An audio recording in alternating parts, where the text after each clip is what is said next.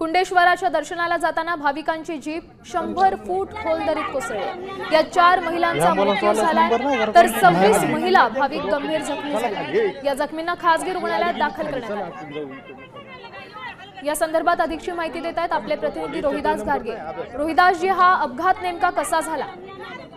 श्रावण महिन्याचा 3रा सोमवार आहे आणि याच निमित्ताने पाईट परिसरातील काही भाविक हे मालवाहू पिकअप मध्ये कुंडेश्वरच्या दर्शनाला जात होते। हा कुंडेश्वरचा जो मार्ग आहे हा पूर्ण डोंगराळ भागातून आहे, नागमोडी वळण आहे आणि पिकअप मध्ये अक्षरशः 40 महिला ह्या बसलेल्या होत्या। चढावरती गाडी असताना गाडीला कंट्रोल झालं नाही, त्याच काळामध्ये पिकअप गाडी जी आहे ती रिटर्न आली आणि खोल दरीत कोसळली। यामध्ये 35 महिला अतिशय गंभीर अवस्थेमध्ये जखमी आहेत।